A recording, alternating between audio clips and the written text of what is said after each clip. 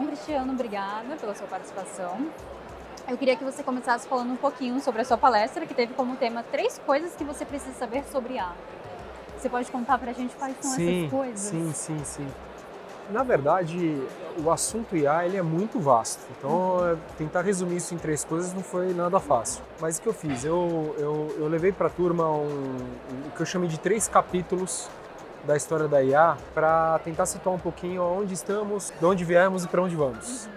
E nesse sentido, acho que deu para trazer um pouco mais de sanidade para o pessoal entender que os desafios ainda são grandes e que a gente tem ainda muita coisa para desenvolver pela frente para realmente a gente imaginar a IA funcionando como a gente idealiza no nosso dia a dia. Óbvio que tem exceções, tem muita coisa já acontecendo, mas a gente quer muito mais. Então, dessa trajetória toda, eu acho que o principal ponto que eu tentei trazer para a turma e que acho que faz parte dessa equação de IA estar onde ela está hoje, foi a evolução da capacidade computacional de processamento que, sobretudo dos últimos 30 anos para cá, a gente entrou numa curva exponencial, o que mudou drasticamente esse encaminhamento dos temas relacionados à IA, né? Antes disso, a ciência da computação ela tinha muita insuficiência técnica para endereçar os desafios que a gente tinha com a IA. Então esse foi talvez o primeiro takeaway, né? Ainda assim, uma coisa que vale destaque, mais recentemente,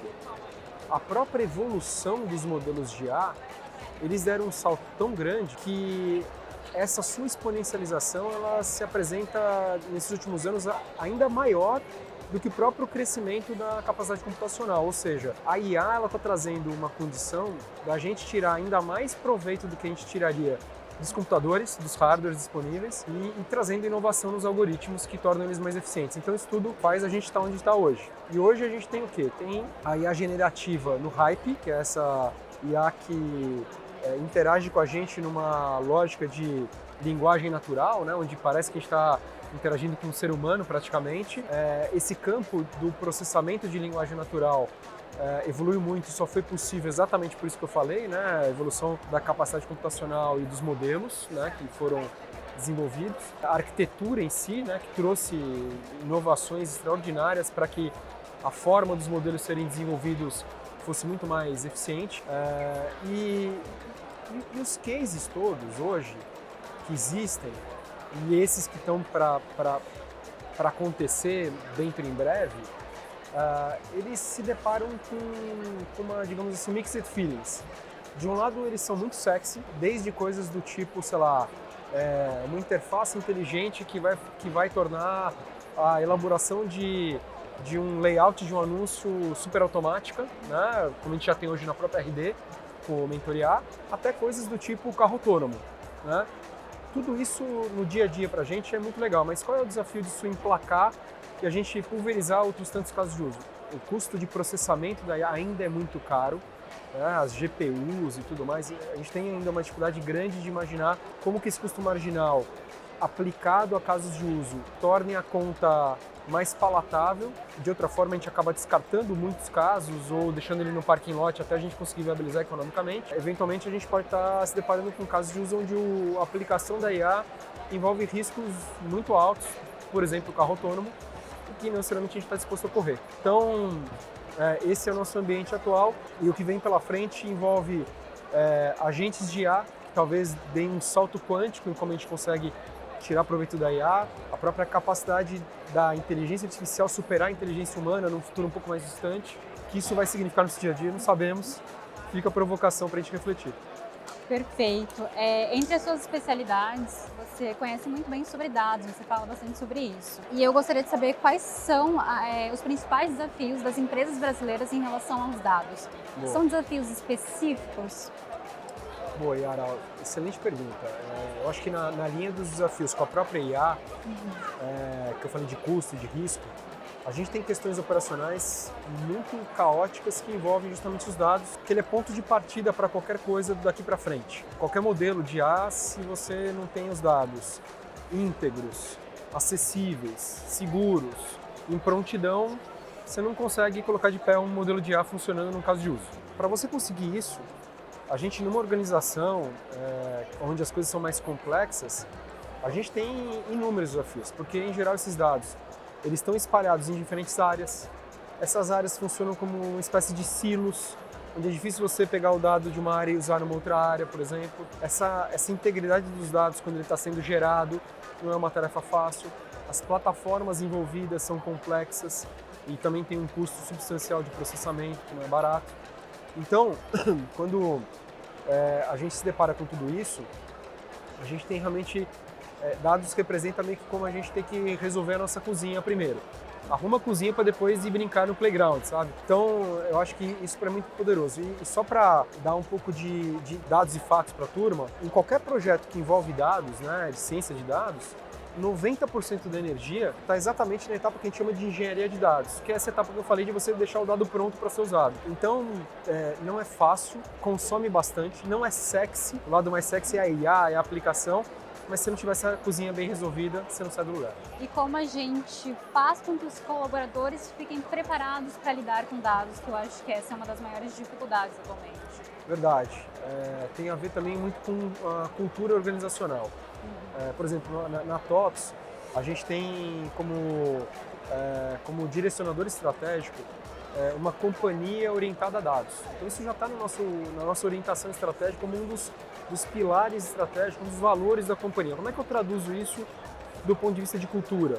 Ou seja, comportamentos e atitudes que eu espero dos colaboradores para que a gente de fato seja orientado por dados, tenha uma cultura data-driven, né? Então, isso é um desafio para a gente, mesmo numa empresa de tecnologia, e é um grande desafio talvez para todas as demais empresas, antes mesmo do desafio técnico, porque se não tiver pessoas pensando da maneira adequada para remar para o mesmo lado, a gente não sai do lugar e não supera os desafios técnicos, essa é a verdade. Então, para fazer isso, existe uma série de iniciativas que podem ser destravadas. No nosso caso, por exemplo, na TOTS, para usar de exemplo, a minha área tem, por exemplo, um dos pilares é o pilar de cultura. Eu emparcero com a Universidade de TOTS e a universidade que ela organiza numa plataforma trilhas de conhecimento para diversos assuntos, a gente criou dentro disso a Academia de Dados IA para facilitar os colaboradores, seja a turma mais de carreira especialista, né, o engenheiro de dados, um cara que precisa de mais profundidade, ou seja, as lideranças mais de gestão, os gestores, para todos eles encontrarem um tipo de conteúdo, uma trilha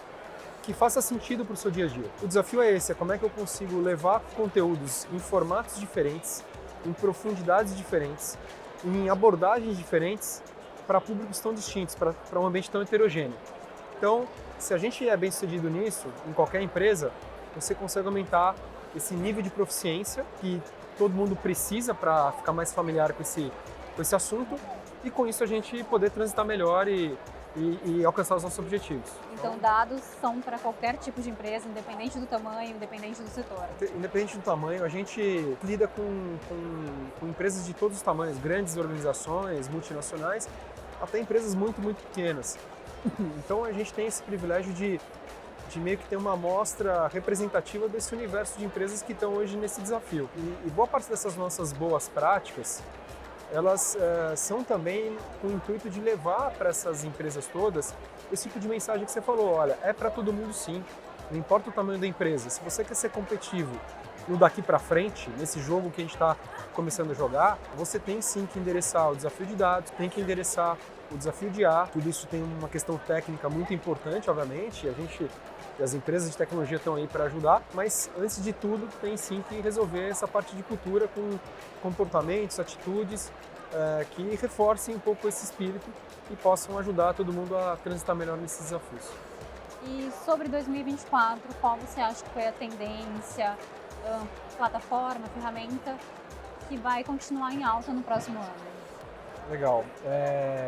Tem muita coisa acontecendo e os ciclos são cada vez mais rápidos, mais curtos. Então, pegando no caso de dados especificamente, a gente tem visto uma evolução bastante importante na stack das Big Cloud, naquilo que diz respeito especificamente aos softwares direcionados ao data management, ou seja, tentando facilitar mais a vida de quem precisa resolver dentro de casa essa cozinha que eu falei. Então, isso tem sido um avanço esse ano.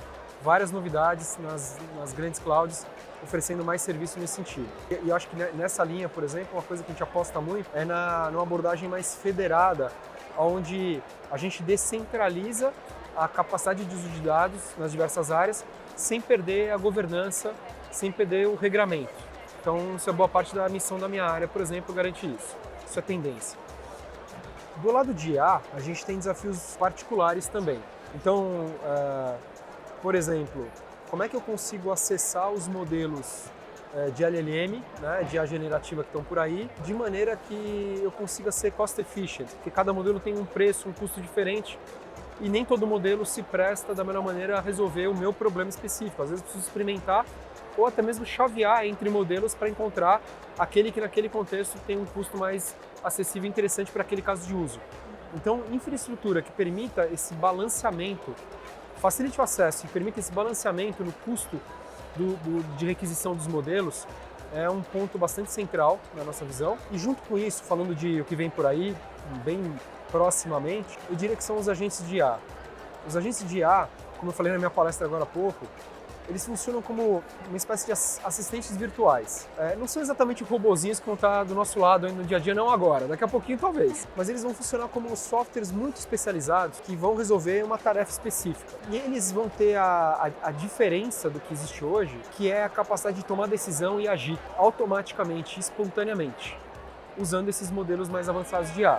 Então, como eu dei de exemplo, é como se tiver um assistente desse resolvendo para você o acesso à sua conta corrente, olhando lá como é que está o fluxo de caixa, as suas contas para pagar nos próximos dias, e ele sozinho analisar e decidir que vale a pena agora resgatar um dinheiro da sua aplicação e deixar disponível para cobrir ali a exposição lá do prejuízo que você vai ter nos próximos dias e não ficar pagando juros à toa, por exemplo. Então imagina o robozinho fazendo isso sozinho para você, ou alguém, ou um assistente, melhor dizendo, administrando a sua caixa de e-mails e respondendo os e-mails para você automaticamente. Então isso vai destravar um tempo precioso nosso para a gente canalizar em outros assuntos que não são tão maçantes e tão trabalhosos quanto esses. Isso acoplado à IA generativa, à interface conversacional com linguagem natural, que a gente vê hoje nos chatbots e tal, isso vai ter uma capacidade de impactar nosso dia a dia extraordinária.